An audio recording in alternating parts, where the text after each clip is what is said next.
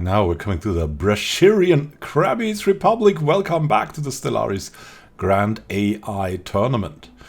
The next galaxy. These crabs are veterans, and so they have been in the tournament, they have been in the Let's Plays, they've always been relatively successful. So let's see how they do this time. They come from the ocean world of Krenortia, and they're a democratic citizen republic with automatic resettlement chance plus 50% and election every 10 years. Really useful in the mid and later game. They have shared burdens, so they have this socialist thing, shared burden living standard. Everybody has the same consumer goods upkeep regardless of strata, disables the use of most other living standards, the stability plus 5 and pop demotion time minus 45%. It's very, very good, and it also unlocks with it fanatic egalitarian the utopian living standard, which is even better. They have citizen service, and citizen service increases the naval capacity by 15%, and unity from soldiers is increased by 2, which is just very, very useful. They're fanatic egalitarian. Faction unity gain plus 50%, which helps a lot with unity when you need it later on. You get rolling. Specialist pop resource output also increased by 10%, which is just very good also for research and for alloy production, of course. Their militarists can use no retreat war doctrine, claim influence cost minus 10%, ship fire rate plus 10%. Very good in the early and mid game. And of course the utopian living standards, yeah, from fanatic egalitarian, they're just great if you can afford them. Then the Brachirians, they are aquatic. Ocean habitability plus 20% and housing usage on ocean flooded habitats goes down 10%.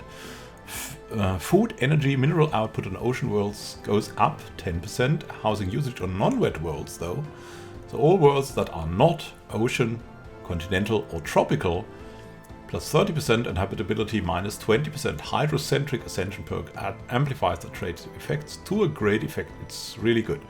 They're also communal in addition to that, so even more people fitting on a planet that is wet, minus 10%. Conservationist, pop consumer goods upkeep minus 10%, which helps out a lot at the start. Also traditional for even more unity from jobs, plus 10%, and they are unruly. The empire size from pops is increased by 10%, which also only stops them kind of later. They're starting on an ocean paradise, which is kind of an interesting start. It's not as limiting as it would be from a Gaia world, because of course you had ocean habitability and wet habitability with aquatic. But it's pretty limiting in terms of you don't have the first 2 starting systems. You get instead frozen worlds that you can use to improve other ocean worlds in size. Rich food deposits though on the ocean world start. Bonuses to happiness, pop growth, speed and output. So you're kind of starting on a Gaia-ish world. So they have a great start. They have a difficult mid-game, and if they can manage to go over that with Hydrocentric, they have a great end game. Brachirians were always a selfish and greedy species until the Great Famine arrived, and after those long dark times, the people of Krenortia had changed. Humans call it a famine culture, much more collectivist and selfless. Those simple crab-like creatures worked together to survive, building great communal farms in order to feed their people. And soon with this change of culture, society changed as well, becoming much more democratic and ruled by the people, not by the strongest or wealthiest, only commanded by those willing to sacrifice themselves for the greater good of the Brachirian people and their homeworld of Krenortia. Don't mess with those crabs. Fair warning. Now we have the Empire of Ashes. The Empire of Ashes is from the tomb world of Azona. They're an Imperial star empire with power projection plus 1. They are also memorialists, which is not very... I think that's the first time we've had this. They can build a Sanctuary of Repose. It's kind of a better temple. Sanctuaries of Repose provide Death Chronicler jobs and improve governing ethics attraction on tomb worlds and relic worlds. It's very, very cool. Death Chroniclers turn consumer goods into unity, society, research, and stability. It's really, really nice to have them.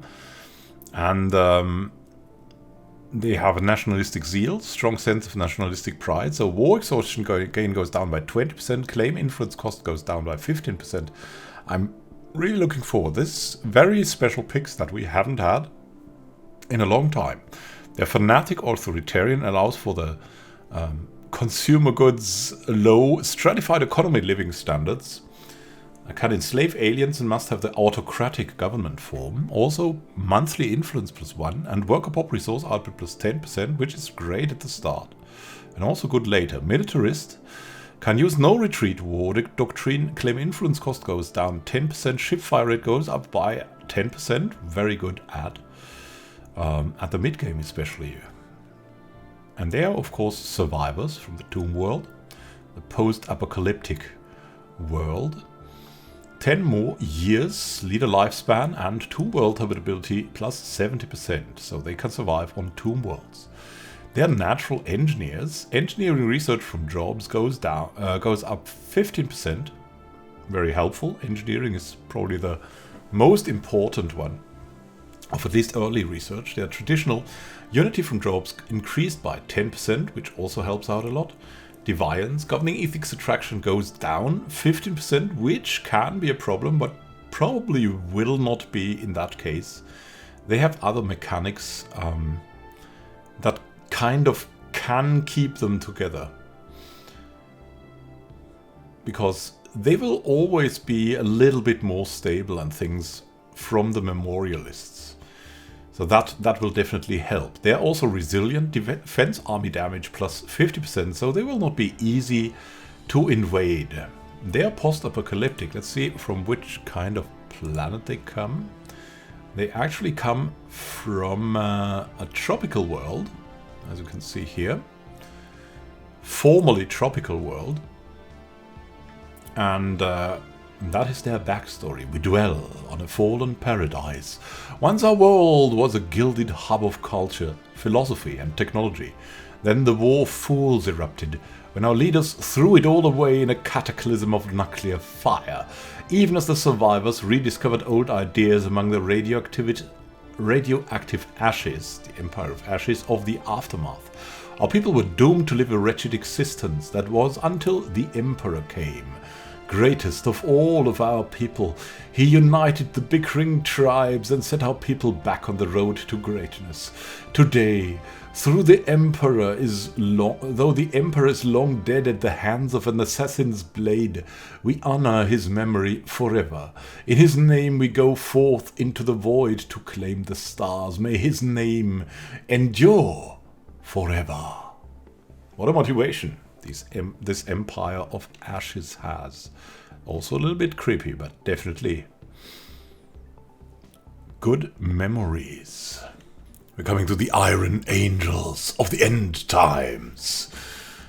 A rogue defense system, which means basically they were a defense system and then they are going rogue and taking over whatever planet they had there they had to defend. So it's kind of like Skynet. Has access to special machine technologies, cannot research robots and so on, cannot follow the ascension paths.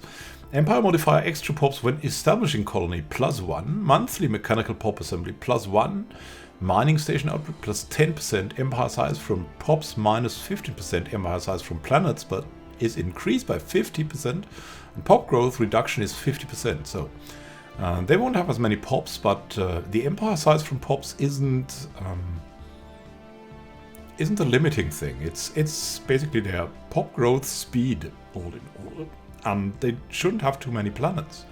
They're determined exterminators. Born in fire. The capital starts as a tomb world, as you can already see, the tomb world of Gorm-Ra. They cannot engage in diplomacy with organic species, cannot access the galactic market, has purification casus belli on organic species, but can have diplomacy with other machine species. Will always purge organic pops, gains unity from purging organic pops. It may use the Armageddon bombardment stance. And they can also, if someone is a synthetic, they will also have diplomacy with them. They have Starbase influence cost minus 30% ship weapons damage, plus 25% ship build cost, minus 15%, and naval capacity plus 33%. So they're formidable opponents, and they also have war bots to add on to that. Army damage plus 20%, army upkeep minus 20%. Really effective armies. They're, of course, a Gestalt consciousness. War exhaustion gain goes down 20%. Monthly influence plus 1 and encryption plus 2. So they are really hard to spy on. Their machines, their habitability, they can... Everywhere where there's a habitable planet of any form, they can live there. They're durable. Robot upkeep minus 10%, which helps a lot at the start. They're uncanny. Amenities from jobs minus 20%. And they're mass-produced. Pop assembly speed plus 15%. They are starting with a Prosperous Unification. That's the classic start, and they cannot really access, I think, Consolidation when they're going rogue defense system. Because, of course, they're going rogue. They're going rogue. And in our last days, our doom makers descended from the skies, casting a dark shadow over the land with black iron wings, their malevolent eyes glowing like molten bronze. With talons of steel, they did rend to pieces all who fell into their path, be it man, woman, or child. Even the animals were not spared, their insatiable bloodlust. I do not know from where they came from. But to you who reads this warning, I say this: flee, flee from this world, from this star system, for these winged angels of death are merciless. If they find you, they will certainly kill you, and it will not be a pleasant death. Oh, may they take over the galaxy? It could be. We're coming to the creepy Kadikon Dominion. I think that's the most popular picture that we had, is this Necroid picture, and it's really looking awesome. So I really understand this. They're coming from the Arctic world of Kadikon Prime. Well preserved, one could say. They're an Imperial Star Empire, power projection plus 1. They have reanimators, meaning they build, instead of a military academy, the Dread Encampment, giving Necromancer jobs, turning consumer goods into physics and society research points and naval capacity, and they spawn undead defense armies. They can get defeated organic armies back as undead armies, and defeated organic Leviathans can sometimes be resurrected. They also have slaver guilds. So their slave pop resource output is plus 10%, and enslaved pop ratio is 35%. So 35% of them are fixed slaves. They're fanatic authoritarian. Allows stratified economy living standards, so slaves will not get much. Can enslave aliens, must have autocratic government form. They can also get one more influence per month, and worker pop resource output is plus 10%, which will also help greatly. At the start, Militarist, no retreat war doctrine is unlocked, and claim influence cost and ship fire rate are all 10% better. They're necrophages, which means they live longer. And they need to be made from a pre-patent species. Leader lifespan is plus 80 years, pop growth speed minus 75%, pop assembly speed minus 50%, and upkeep of the pops is minus 50%. Ruler pop resource output is 5% more, and specialist pop resource output as well, but worker pop resource output is minus 10%. So it's basically what you gain from fanatic authoritarian is what you lose from that. They're also intelligent, 10% more research from any jobs, and venerable. Their leader lifespan is another 80 years, so it's plus 160 years lifespan. So they probably have a lifespan of, when you get them, they live another 200 years. So it's crazy. It's crazy good. They are decadent, of course. Worker happiness and slave happiness goes down 10%. Repugnant, amenities from jobs go down 20%. And wasteful, pop consumer goods upkeep goes up by 10%, which is not really a problem at the start. So it's kind of a good combination. They are necrophages, as we've already seen, can convert pops of other species to the primary species. Only necrophage pops may be leaders or take ruler jobs, and start with a number of pops of a secondary pre-patent species. Guaranteed habitable planets are indeed primitive civilizations that you can take over and transform, and this is their pre-patent species. As you can see, they are also some kind of humanoids. They're the Grummites. Well, let's see. We were once the masters of our world. Now we are but tools to our demonic overlords, bound to serve their dark ambitions, whatever that may entail. Let's see what they are. They are slow learners. They've learned too slow that their masters were not good for them, probably. They're rapid breeders, which is always good in the pre-patent species, so we have enough of them. And they're strong, which is good, as they tend to take worker jobs or slave jobs, slaves that take worker jobs. So 2.5% more worker pop resource output and army damage, plus 20%. This is their backstories. We had known of the Kadiki, these necroids, for thousands of years. So that's one of the pre-patent species writing this, probably. Yet we dismissed the ancient tales as the stuff of myth and legend. We Gramites carried on oblivious to the terror that slumbered beneath us, until the day the Kadiki awoke, rising from the ground like a swarm of ravenous cicadas. It was only then we realized those stories we had dismissed all these years had in fact served as a warning to us all. Those the Kadiki did not kill were put to work in chains. More still vanished, never to be seen again. Some even claimed to have seen the corpses of the fallen, shambling among our brethren like mindless beasts. As we toil beneath the boot of our oppressor's eye, reflect that it was blind arrogance that brought us to this fate. Perhaps this is what we deserve. And maybe the galaxy. Coming to something rocky, the assembly of Tharba, with a nice icon from the ocean world of Tharba. With a corporate megacorporation, 10% more monthly unity, empire size effect plus 25%. We've seen that megacorps are usually very strong. We'll see if that's the case with them as well. They have permanent employment, can build a posthumous employment center. Meaning they basically also have undead workers. Reassigners turn consumer goods and either food or minerals into monthly organic pop assembly. All assembled pops will have the zombie trait. Defeated organic leviathans can sometimes be resurrected. They have brand loyalty to the death, monthly unity plus 15%, edicts fund plus 25%, so they have a good time with edicts and unity in general.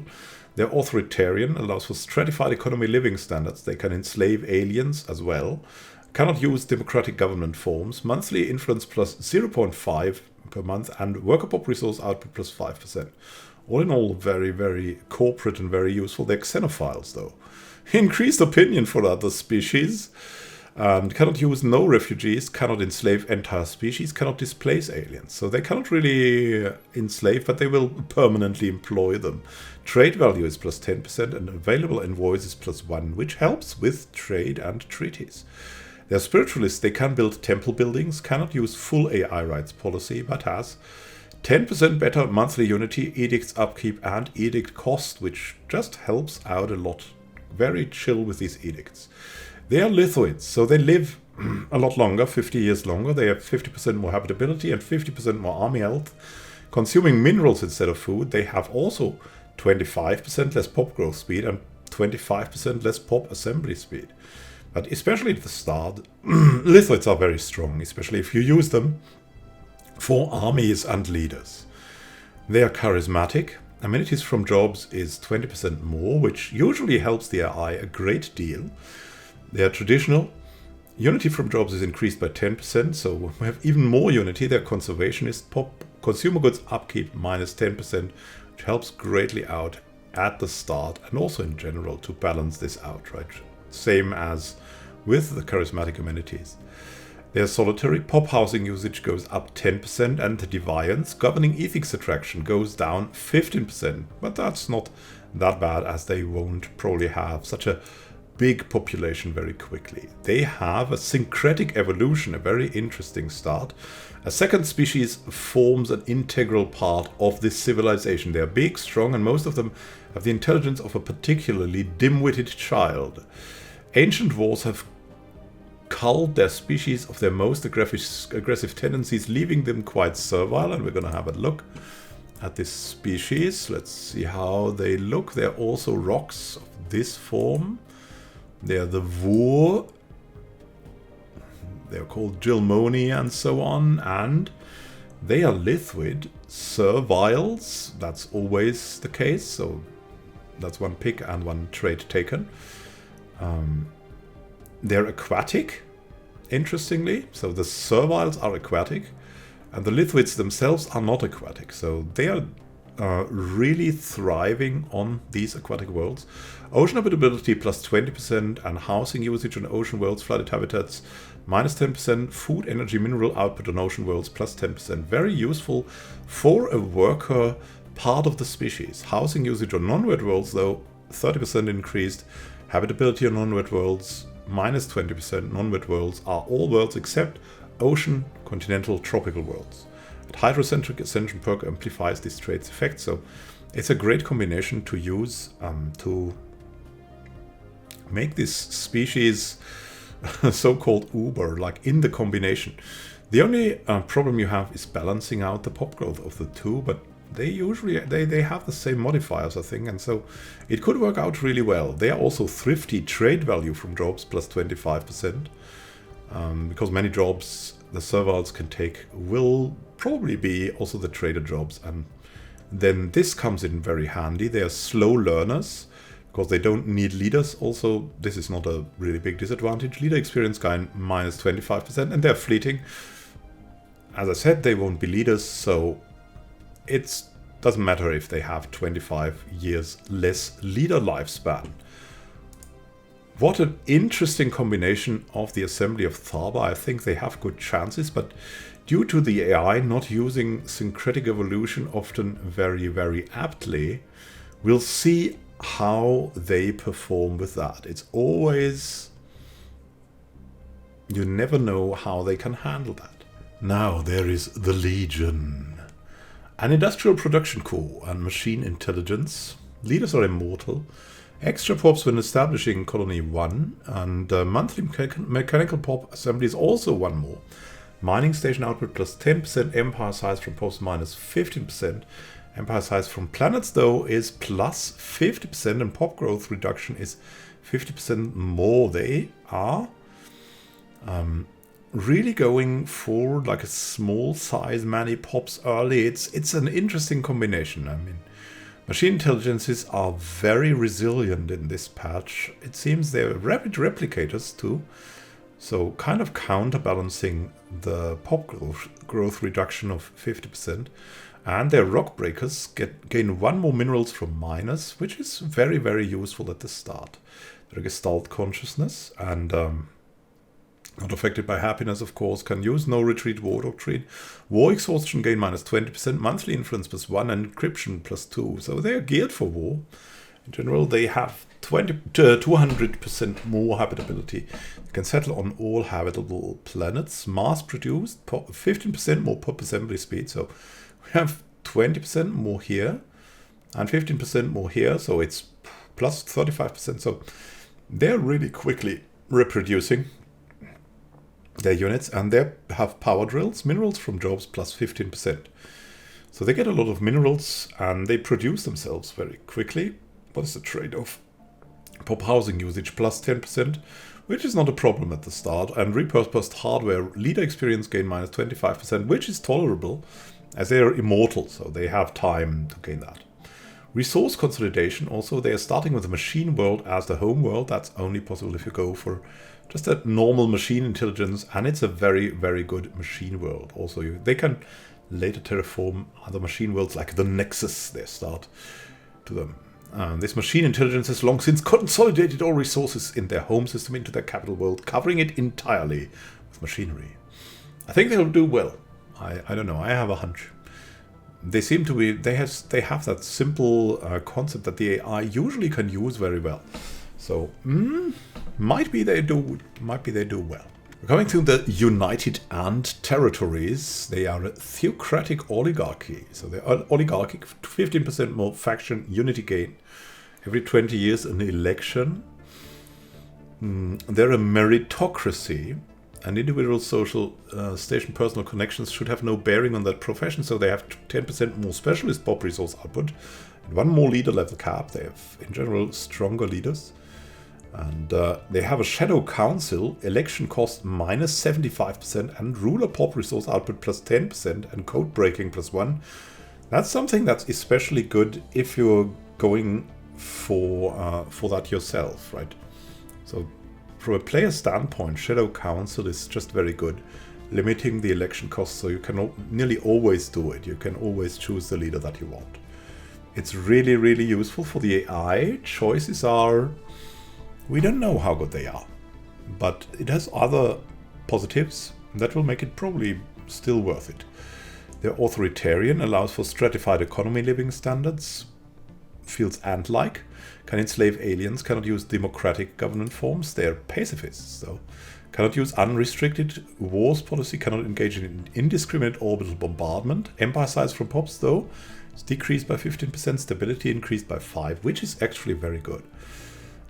Their Spiritualist can build temple buildings, cannot use full AI rights policy, and they will have monthly unity plus 10%, edicts upkeep and edict cost minus 10%, so they will have a nice range of edicts if they want that.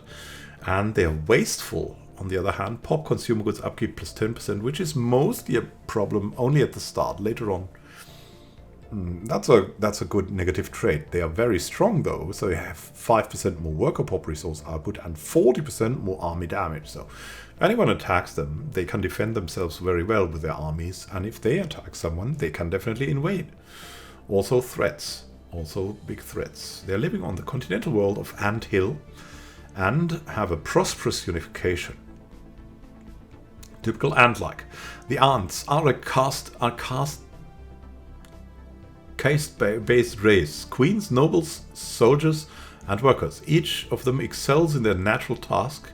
In the early days, there was always war, colony against colony, but at one point, a super colony came from the endless war, and now all ants are a part of this super colony. They have not done war in some time, but they are always eager to expand and explore. They take on any danger that may come their way.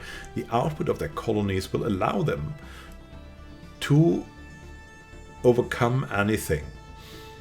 The queens give life, the workers sustain it, and the soldiers bring it all down. Today we march to the heavens for queen and colony. It's an interesting combination. They will not go on a conquering spree, but they are very resilient, and that can be a big plus.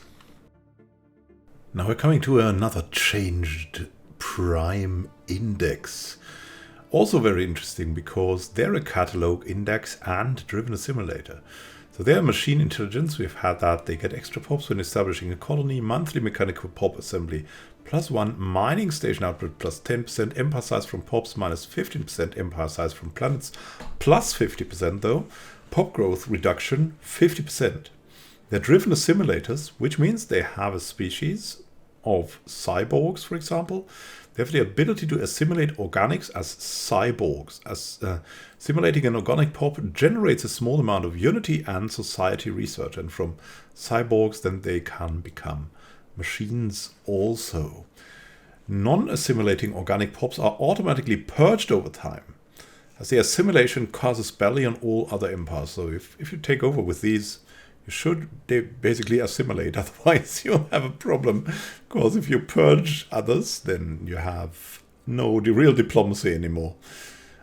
Decreased opinion for most other empires, but you can still do some basic diplomacy. It's just very hard. They have maintenance protocols. Maintenance drones produce 1 more unity. And yeah, that helps with the new unity system. Gestalt consciousness, war exhaustion gain goes down 20%, monthly influence up 1, and encryption plus 2. The rulers are immortal, native pops not affected by happiness, will not join factions, can use the no retreat war doctrine. They're machines, they can settle on any habitable planets, they're mass produced, their pop assembly speed is increased by 15%, which is very interesting because they might devour all their cyborg pops then. The recycled pop assembly cost goes down 20%. They're bulky, pop housing usage plus 10%, and uncanny. 20% less amenities from droves, but that can be done by the other species, the cyborg species. We're going to have a look at the cyborg species. They look like they are kind of rocks, interestingly. The Churk. Wow, that's really interesting. So they're lithoids, of all things. So they have a similar habitability, which is something, of course, very good in that case. Pop growth speed minus 25%, pop assembly speed minus 25%. They don't use food, which is a big advantage if you use machine empires and that combined. So that you don't need to produce food. They have habitability plus 50%, army health plus 50%, and leader lifespan plus 50. They're cybernetic. Habitability plus another 20%, so they can also settle nearly everywhere. Army damage plus 10%, leader lifespan plus 40 years, and additional traits and bonuses from cybernetic. They're also intelligent, 10% more research from jobs, so they will be able to research. It's an interesting use of the cyborg species. In engineering, research from jobs is also increased by 15%, so they are really, really cool cookies to research, so to say. They're also very strong. Army damage plus 40%, Weapon Pop resource output plus 5%. On the other hand, repugnant, amenities from jobs minus 20%, and unruly empire size from props plus 10%, which is not really a problem as they are only the cyborg race, right? We'll see if they get problems with amenities. If not, they have a lot of good potential. They're also remnants. Once spanned the void, controlling much of the galaxy. They were eventually defeated, almost destroyed, so they started with a relic world size 22, the home world, to reclaim their lost glories. They were eventually defeated and almost destroyed, but after a long period of destitution, they're returning to the stars with a lot of research help from the relic world. Which kind of world do they come from? They're coming from a frozen Arctic world, I think so.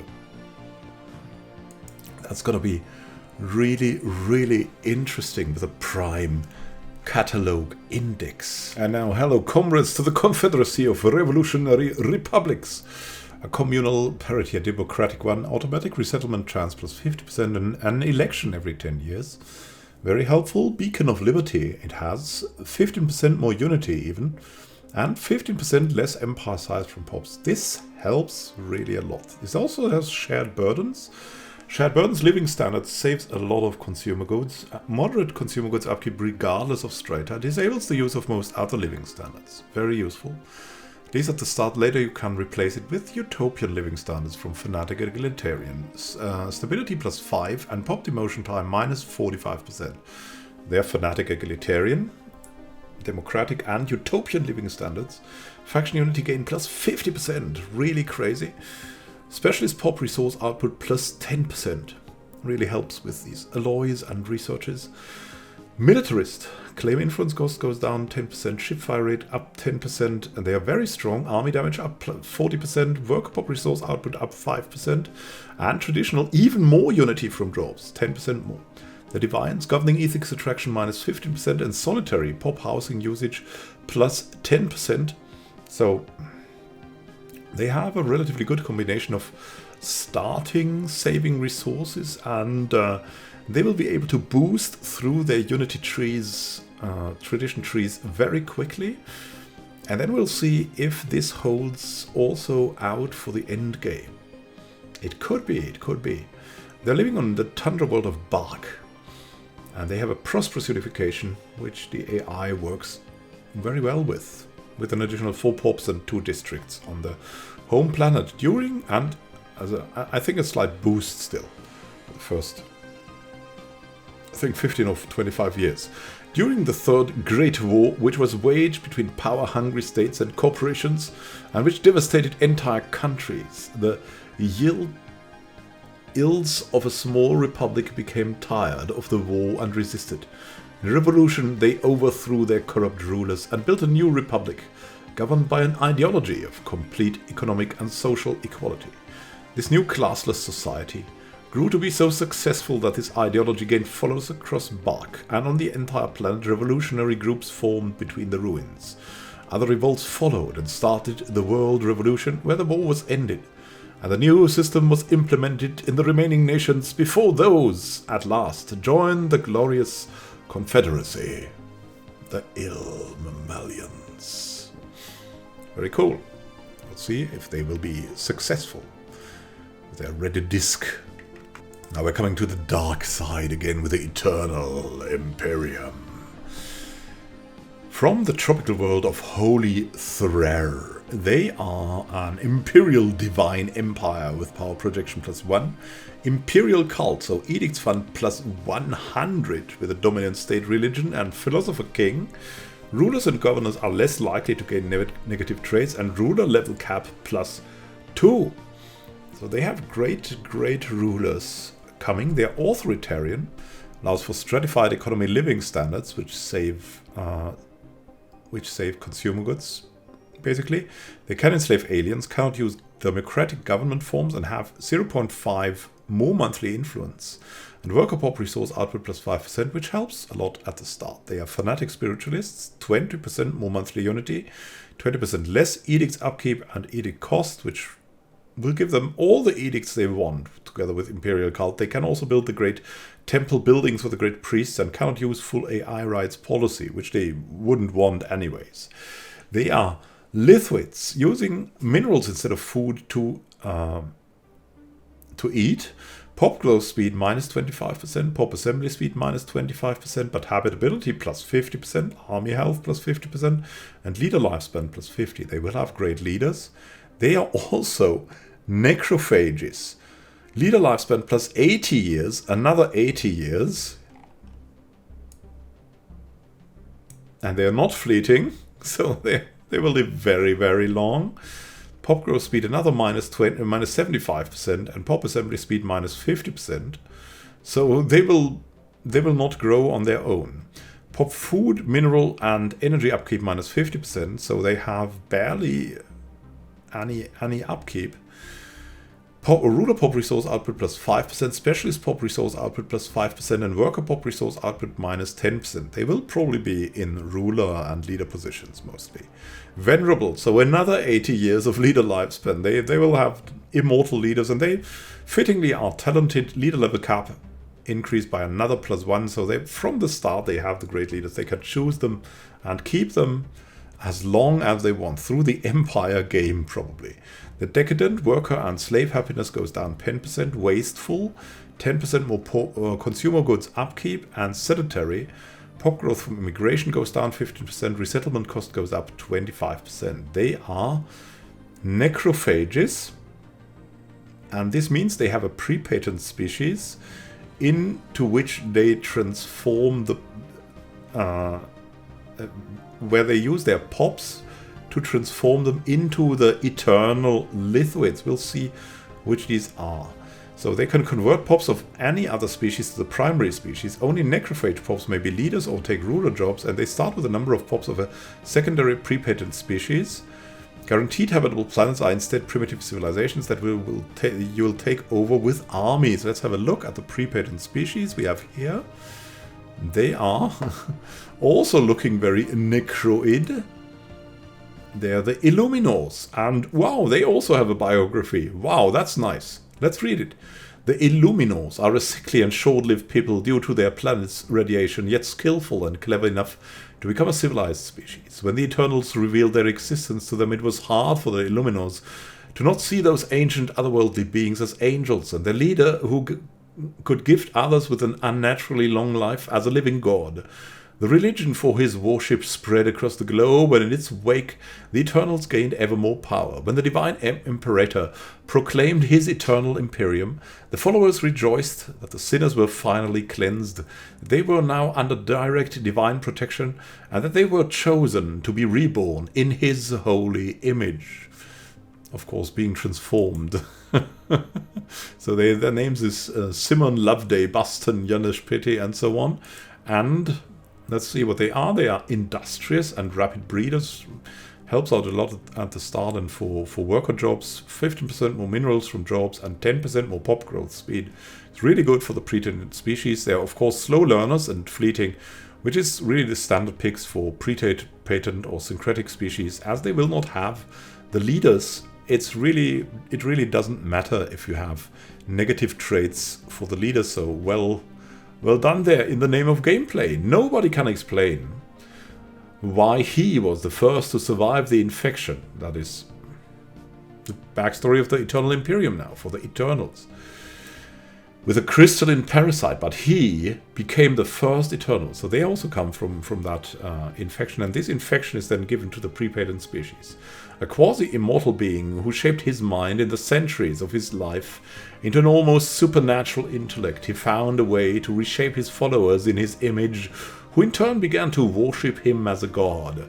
Cults for his worship appeared worldwide, displaced other faiths, and those with power and resources joined his ranks for a chance to become Eternals themselves. Skillfully and patiently, he maneuvered himself and the Eternals into positions of power, removed opponents, and at the end conquered Threr in the Crusade. He became the divine Imperator, the one true god and master. Let's see how he's called. Threr. Yeah, from Holy Threr. It all makes sense now. It all makes sense now. Will they also take over the galaxy forever? We'll see. Really looking forward to see how they will perform with these great leaders and the good prepatent species. Thank you for watching and happy gaming to you. This is Immanuel Khan signing out. See you soon with a time lapse.